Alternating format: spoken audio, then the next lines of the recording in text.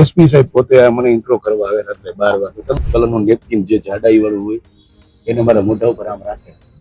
3 જણા મારા છાતી ઉપર ચડી જાય, પગ ઉપર ચડી જાય, એટલે કે તમે શ્વાસ ન લઈ શકો. માણસ ડૂબતો માણસ કેમ પાણી પી જાય એમ હું પાણી પી ગયો, ઓછામાં ઓછી 2 ડોલ. આમ આ ટોર્ચર ચાલ્યું અડધી કલાક. બીજે દિવસે મને સવારના પરમાં પટ્ટા માર્યા પીએની ચેમ્બરમાં.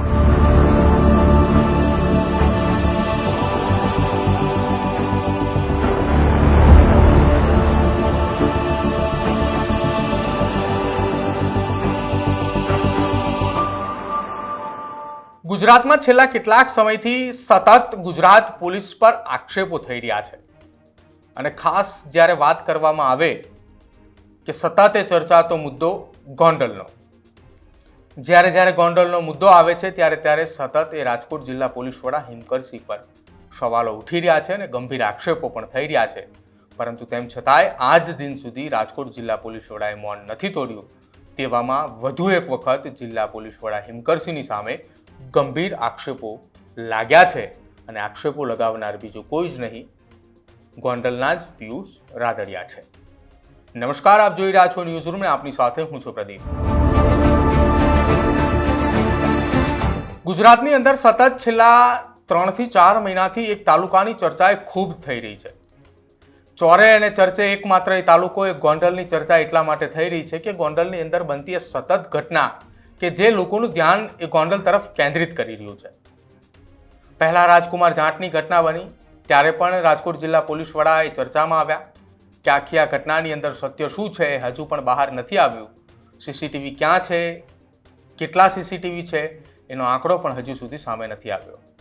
જો કે આ તમામની વચ્ચે રાજકોટની અંદર એક એવી ઘટના બને છે કે જેના કારણે ફરી એક વખત રાજકોટ જિલ્લા પોલીસ વડાની સામે સવાલો ઉઠાય છે. રાજકોટના ગોંડલ તાલુકા પોલીસ સ્ટેશન અને જેતપુર તાલુકા પોલીસ સ્ટેશનની અંદર વારાફરતી બની ગજેરા અને સાથે જ પિયુષ રાદડિયાની સામે ફરિયાદો દાખલ થાય છે અને બંનેને એક જગ્યાએથી બીજી જગ્યાએ જેલની અંદર મોકલવામાં આવે છે. જો કે આ તમામની દરમિયાન રાજકોટના જેતપુર ખાતે પિયુષ રાદડિયાએ ગત બપોરના રોજ રાજકોટ જિલ્લા પોલીસ વડા હિમકરસિંહ સામે સવાલો ઉઠાવ્યા છે કે તેઓ મોડી રાત્રે પિયુષ રાદડિયાનું ઇન્વેસ્ટિગેશન, તેમની પૂછપરછ કરવા માટે આવ્યા હતા. બીજી તરફ ડીવાયએસપીને પૂછી અને તેમના આકાઓને પૂછવામાં આવે છે કે પિયુષ રાદડિયાના કેસની અંદર જામીન થઈ ચૂક્યા છે, બીજા કોઈ કેસમાં તેમને મોકલવાના છે કે કેમ. આવા ગંભીર આક્ષેપો એ પિયુષ રાદડિયા દ્વારા લગાવવામાં આવ્યા છે. હવે બીજી આ તમામ આક્ષેપોની સાથે સાથે પિયુષ રાદડિયાએ રાજકોટ પોલીસ ઉપર 3rd ડિગ્રીના પણ આક્ષેપો લગાવ્યા છે અને તેમણે એમ પણ કહ્યું છે કે અમને પોલીસના લોકોએ અમારી છાતી ઉપર બેસી અને અમને થિનર પીવડાવ્યું છે. હવે આ કેસની તપાસની અંદર વારંવાર ગંભીર આક્ષેપો થઈ રહ્યા છે અને આક્ષેપોની વચ્ચે સત્ય શું છે એ હજુ સુધી ખુલીને સામે નથી આવ્યું. ત્યારે જોવું રહેશે આગામી સમયમાં કે આ કેસની તપાસની અંદર કોઈ મોટો ઘટસ્ફોટ થાય છે કે કેમ. જો કે આ તમામની વચ્ચે પિયુષ રાદડિયાએ શું નિવેદન આપ્યું અને હિમકરસિંહ સાથે જ રાજકોટ જિલ્લા પોલીસના અધિકારીઓની સામે કેવા ગંભીર આક્ષેપો લગાવ્યા એ સાંભળો પહેલા. આ પોલીસને હાથો બનાવી જિલ્લા પોલીસ વડા પોતે હાથો છે એવું સ્પષ્ટપણે કહું પોલીસ સ્ટેશનમાં. ભલે મને ખબર છે આ લોકો મારા શું કામ જામીન નથી લેતા, મને ગુસ્સી તો પાસા મારી ઉપર નક્કી છે, ભલે કરી નાખે. કારણ કે જો આવા ગુનામાં પાસા થતી હોય તો આ ગુજરાતમાં રહેવા લાયક છે જ નહીં. મને પાસા કરી દે તમ તારે, હું પાસા ભોગુના ગુજરાત છોડી દેવા માંગુ. એસપી સાહેબ પોતે મને ઇન્ટ્રો કરવા આવે રાત્રે 12 વાગે. તમે પૂછો તો ખરા એમને, કોઈને તમે એસપી સાહેબ નું મને પૂછો છો, હું આટલા દિવસથી આક્ષેપ કરું છું. એસપી સાહેબને પૂછો, એક નિવેદન આપો કે પિયુષ રાદડિયા ગંભીર આક્ષેપો કરે છે, તમે એએસપી ઇન્ચાર્જ એસપી તમારું નિવેદન લેવા, મારું નિવેદન લેવા આવ્યા હતા રાત્રે 12 વાગે. તાલુકા પોલીસ સ્ટેશન ગોંડલના સીસીટીવી ફૂટેજ ચેક કરી લ્યો. તમે પૂછો કે રોજે રોજ પીઆઈ ને કોણ માર્ગદર્શન આપે. ડીવાયએસપી સાહેબને પૂછે પીઆઈ કે પિયુષ નાઈથી જવા દેવાનો, ક્યાં મોકલવા. એટલે ડીવાયએસપી સાહેબ કહી દે કે બી ડિવિઝન મોકલો અને એના આકાને કહી દે કે તું કાલેમાં એ ડિવિઝનમાં ફરિયાદ કરી આવ.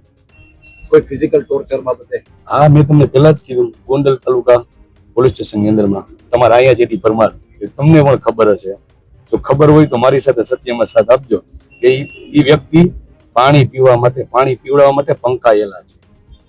એમની ઉપર પાણી પીવડાવે કે કઈ રીતે પાણી પીવડાવે? કેમિકલ યુક્ત પાણી. તમને મીડિયાને પણ ખબર છે. મીડિયાને ખબર હોય પણ ભોગ બનનાર જેને બોલે ને હું બોલ્યો કે મને પાટલી ઉપર સુવડાવી એવું પીળા કલરનું, પછી મને બીજા માધ્યમથી જાણવા મળ્યું કે કદાચ એ થિનર હોઈ શકે.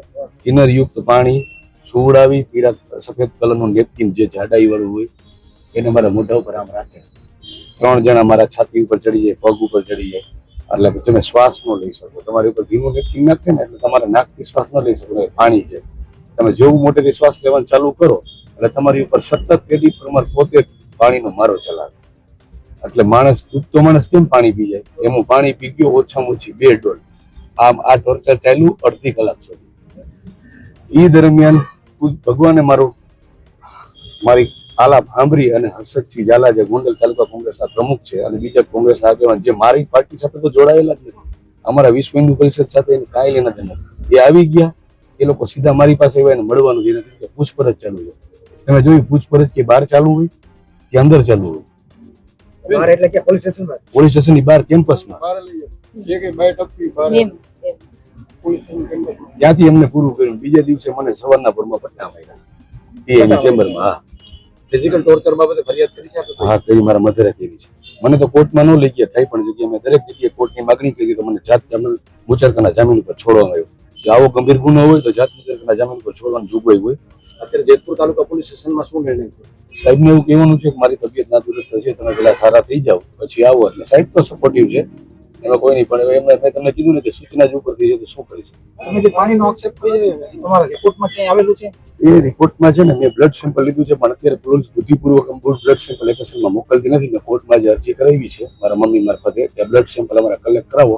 મારા બ્લડ સેમ્પલ મધુરમ હોસ્પિટલ ખાતે પડેલા છે. જ્યાં દિવસ થશે તો એક સેમ્પલ ફેલ થઈ જશે એટલે આ માણસ બચી જશે. સતત પોલીસ પર સવાલ ઉઠી રહ્યા છે, સતત પોલીસ પર આક્ષેપો થઈ રહ્યા છે અને સતત પોલીસની તપાસ શંકાના ઘેરાની અંદર દબાઈ રહી છે. તેમ છતાંય પોલીસ આ મામલે હજુ સુધી મૌન છે. એ પણ એક સવાલ ઉઠી રહ્યો છે કે કેમ આટલા બધા આક્ષેપો થઈ રહ્યા છે તેમ છતાંય રાજકોટ જિલ્લા પોલીસની ટીમ એ મૌન છે. રાજકુમાર જાટના કેસના મામલે સીસીટીવીને લઈને રાજકોટ પોલીસ મૌન છે.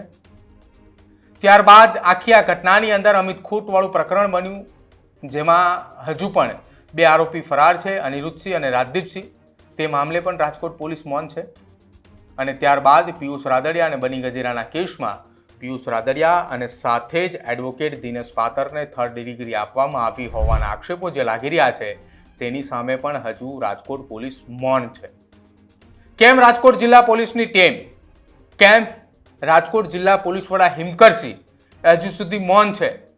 પિયુષ રાદડિયાએ જે આક્ષેપો લગાવ્યા છે કે રાજકોટ જિલ્લા પોલીસના કેટલાક અધિકારીઓએ અમારી છાતી ઉપર બેસી અમારો શ્વાસ લેવામાં અમને તકલીફ પડે ત્યાં સુધી અમારા છાતી ઉપર બેસી રહે અને ત્યારબાદ અમારા મોઢામાં રૂમાલ નાખીને અમને થિનર પીવડાવવામાં આવતું હતું. શું આ આક્ષેપો સાચા છે ખરા? જો આક્ષેપો સાચા છે તો આ કેસની તપાસ એ કઈ દિશાની અંદર અને કેવી રીતે થવી જોઈએ? અને જો આક્ષેપ આ ખોટા છે તો રાજકોટ જિલ્લા પોલીસના વડા હિમકરસિંહ કેમ આ મામલે ખુલીને સામે આવીને નથી કહેતા કે આ આક્ષેપો એ ખોટા છે, આ રહ્યા એના સીસીટીવી? તમારું શું માનવું છે પિયુષ રાદડિયાના આક્ષેપોને લઈને અને સાથે જ શું લાગી રહ્યું છે તમને? પિયુષ રાદડિયા ખુલીને સામે આવશે અને કહેશે કે આ આક્ષેપો લાગ્યા એ સાચા છે, એની સામે હું ફરિયાદ કરું છું અને આ કેસની તપાસ એ અન્ય કોઈ એજન્સી અથવા અન્ય કોઈ અધિકારીને આપવી જોઈએ?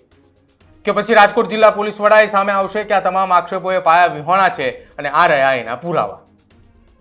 તમારો અભિપ્રાય અમારા કમેન્ટ સેક્શનની અંદર જરૂર જણાવજો. જોતા રહેજો ન્યૂઝરૂમ. નમસ્કાર.